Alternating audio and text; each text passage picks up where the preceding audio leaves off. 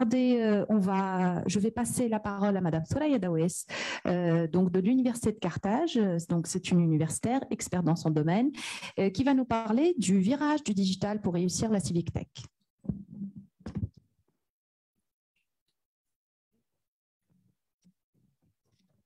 Bonjour tout le monde, je vais commencer par me présenter. Donc, je suis à la base informaticienne, j'enseigne à l'université toutes les matières informatiques, spécialement l'intelligence artificielle.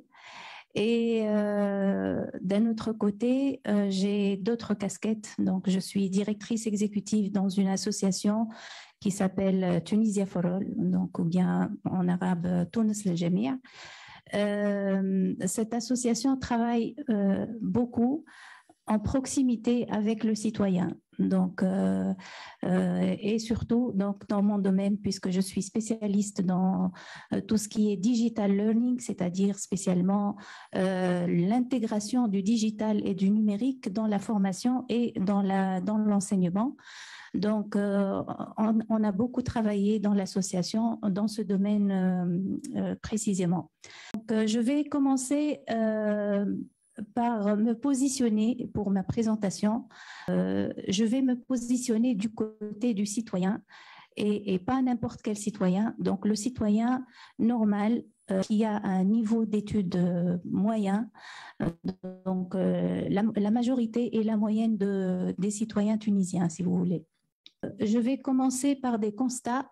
Nous savons tous que nous utilisons Internet en général, tout le monde utilise Internet, mais nous nous sommes retrouvés dans Internet sans guide ni règles. C'est-à-dire que c'est un domaine dans lequel nous sommes trouvés, mais personne ne nous a donné les clés, les règles pour travailler sur Internet et pour être connecté avec le monde entier. Je donne toujours l'exemple d'un conducteur qui s'est trouvé dans sa voiture, devant le volant de sa voiture, et il n'a jamais eu de cours de conduite ou il n'a pas de permis de conduite. Donc, c'est exactement pareil. Donc, nous sommes tous dans le réseau Internet. Donc, on utilise Internet tous les jours dans tous les domaines de notre vie. Mais le minimum des règles, par exemple, quand je dis les règles de la netiquette, je ne sais pas si tout le monde sait ce que ça veut dire. Donc, pourtant, ça existe. Il y a des règles de la netiquette qu'on doit connaître pour être protégé, surtout quand on est sur Internet. Alors, j'ai mis cette photo-là parce que je voudrais parler de ce que j'ai appelé l'illusion Facebook. Donc, la majorité des gens croient qu'en étant sur Facebook, en manipulant les options et les posts de Facebook, on est digitaux. Donc, on s'y connaît. Il y a même ceux qui pensent qu'ils sont informaticiens, carrément. Donc, puisqu'ils sont sur Facebook, ils peuvent poster des photos, ils peuvent mettre des commentaires, ils peuvent tout faire. Donc, ils vont croire que c'est une illusion. En fait, on se croit manipulant le digital, alors que c'est pas du tout ça, c'est pas du tout vrai. Donc, et bien sûr, ce qui va venir suite à ça, c'est surtout un non-respect des règles éthiques, des règles de respect, des règles à tous les niveaux. Pourquoi ? Par ignorance, parce que les gens ignorent. On essaie de voir dans le citoyen normal, à tous les niveaux, même celui qui n'est pas de niveau scolaire, il a sûrement il peut ne pas avoir quelque chose d'essentiel dans sa vie, mais un compte Facebook, ça, c'est sûr qu'il l'a. Pour se connecter, il va grignoter un dinar par-ci, un dinar par-là. L'essentiel, c'est que dans son téléphone, il aura accès à Facebook. Donc ça, c'est le premier constat que je tiens à signaler dans l'état actuel des choses par rapport aux citoyens tunisiens, comme je l'ai dit. Maintenant, je vais passer à à la notation de quelques défaillances.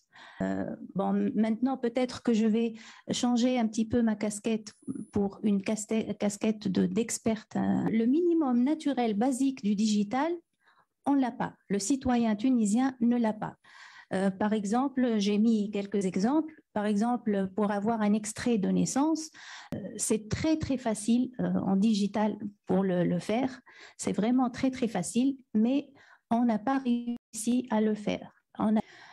Aussi pour les formulaires, on a un tas de formulaires qu'on nous demande de présenter chaque fois qu'on va faire quelque chose.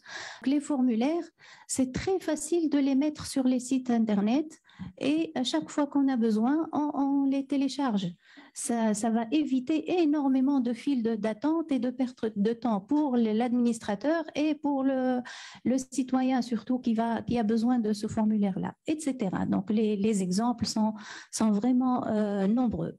Maintenant, si je regarde les sites officiels, les sites Internet, parce qu'on commence le digital par avoir une page sur Internet ou bien un site Internet. Donc, les sites officiels, déjà, il manque beaucoup de professionnalisme ou le minimum. Des fois, on trouve un site qui a des erreurs. Donc, facilement, lorsque j'accède à une page, je peux me retrouver dans une page non trouvable avec un message d'erreur. Je voudrais donner ici l'exemple du site de réservation pour la visite technique de la voiture. Au départ, c'était réservé à ceux qui voulaient passer rapidement. Donc, ils ont fait ce site-là. Donc, on paye plus, c'est vrai, mais on a l'avantage de passer rapidement lorsqu'on va pour la visite de la voiture.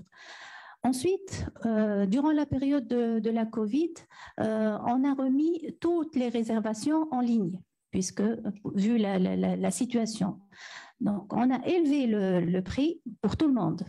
On doit réserver sur le site Internet. Maintenant, une fois toute cette situation est passée, on a gardé cette règle-là. Donc maintenant, on ne peut pas faire sa visite technique sans réserver par le site.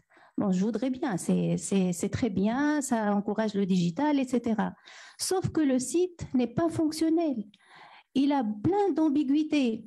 Quand je veux réserver, je choisis le centre technique. Par exemple, je choisis Ariane. J'ai dans la liste Ben Arous, Ben Zart, Zarouen, sauf Ariane. Il n'y a pas Ariane. Donc, celui que je choisis, il n'existe pas dans la liste. Alors, la dernière fois, c'est début novembre, j'ai dû choisir, jouer avec le site, j'ai dû choisir Bizert pour avoir le centre Ben Arous que je voulais, dans lequel je voulais réserver.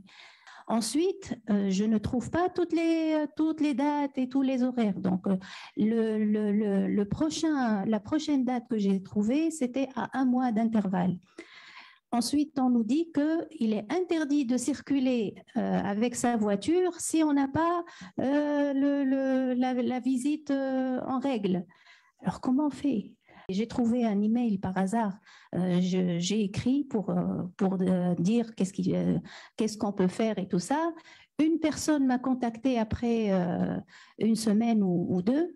Donc, elle m'a dit, Madame, on s'excuse, c'est vrai, le site, il n'est pas fonctionnel. On est en train de l'améliorer. Donc, est-ce que vous pouvez nous donner vos remarques pour qu'on puisse le corriger? Imaginez.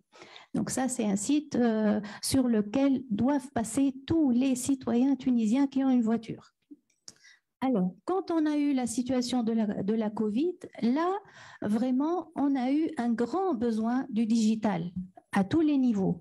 Donc, que ce soit pour l'éducation, pour les élèves et les universitaires, les étudiants qui ont dû avoir le cours à distance ils ont eu recours au digital, que ce soit pour les entreprises qui ont essayé de se mettre dans le télétravail pour essayer de fonctionner et de continuer à travailler. On a eu à tous les niveaux le besoin énorme du digital.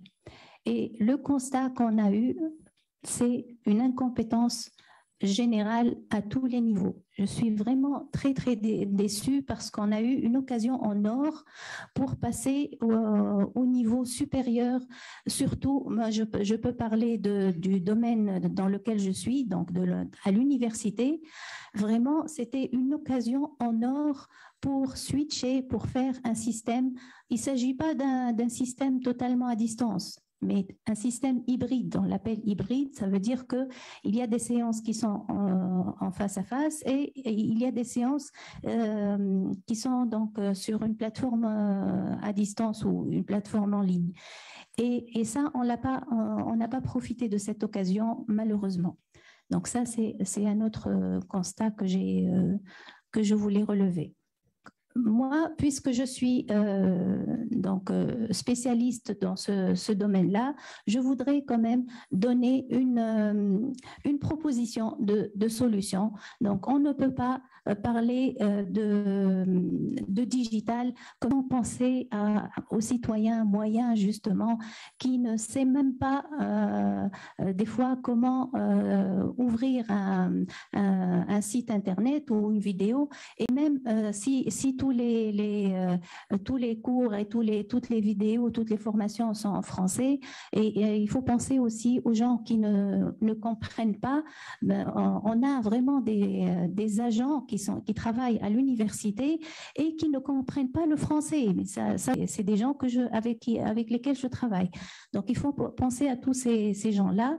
Donc, moi, je propose, nous avons une formation qu'on a réalisée de A à Z. C'est une formation intitulée Travail collaboratif. Et c'est une formation qui est destinée à tous les niveaux pour acquérir des compétences qui sont nécessaires, à mon avis. Le mode collaboratif, donc apprendre à travailler en mode collaboratif en ligne, l'esprit de partage, parce que ça, on en manque beaucoup. Chacun doit apprendre à partager l'information qu'il a, parce que de toute manière, s'il donne l'information, il gardera une copie en digital. Donc, ce n'est pas comme lorsqu'on donne un papier, on va le perdre. Donc, en digital, en numérique, si on partage, au contraire, on peut apprendre en partageant. Le travail en équipe, ça c'est une compétence qui est très, très demandée. L'interculturalité, apprendre à tolérer les autres, à accepter l'avis et la décision de l'autre, et surtout l'utilisation des outils digitaux dans le travail quotidien, que ce soit professionnel ou personnel. Voilà. La formation dont je parlais, donc c'est une formation active parce qu'il y a des exercices à faire tout au long de la formation. Elle est en ligne. Comme ça, l'apprenant peut continuer à travailler, donc il doit juste être régulé avec son temps. Elle contient 3 modules. Le module comprendre la digitalisation et la transformation digitale. Le module construire son identité numérique et sa e-réputation sur Internet. Et le module changer son rituel de travail en utilisant des outils numériques qui sont tous open source, c'est-à-dire il n'a pas à payer pour les utiliser. Voilà, je vous remercie beaucoup.